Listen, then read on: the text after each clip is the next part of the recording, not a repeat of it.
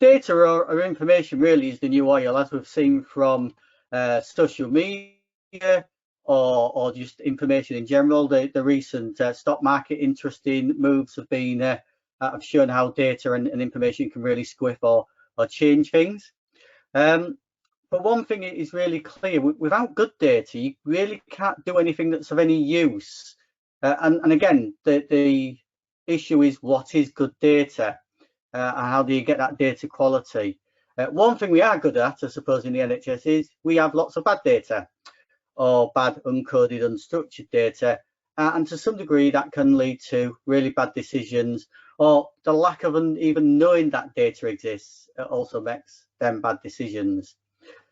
Now, from my experience, one of the key items you need for good data is actually having a really good foundation. Do you have good systems? Do you have good coding? Can you join that up? Will that support operational services and joint up care? Having that firm foundation, the same as on a house, you'll have really good foundations or it's going to fall down. But why should it be any different from a data perspective? The problem with the foundation side is it's really hard to quantify to people that don't really deal with data and only really deal with the outputs of the data or the reporting layer, the presentation layer. So there is the key challenge of how to articulate the value of good information and good data in a way that confirms you need that foundation. And also the data itself needs to be consolidated. It needs to be normalized. Are we talking about the same things? Is it apples and apples and oranges are oranges? Or are we in the mix through and God knows what we're going to get stuck with?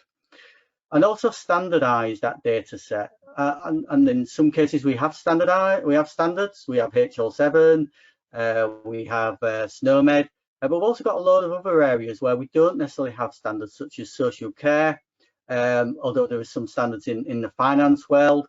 That sort of gets a bit woolly when you link it into clinical data, and for things like patient level costing or service line reporting, and then you start having guesses and fudges. Now, the problem there is you've got a single version of the truth, but how true is that truth?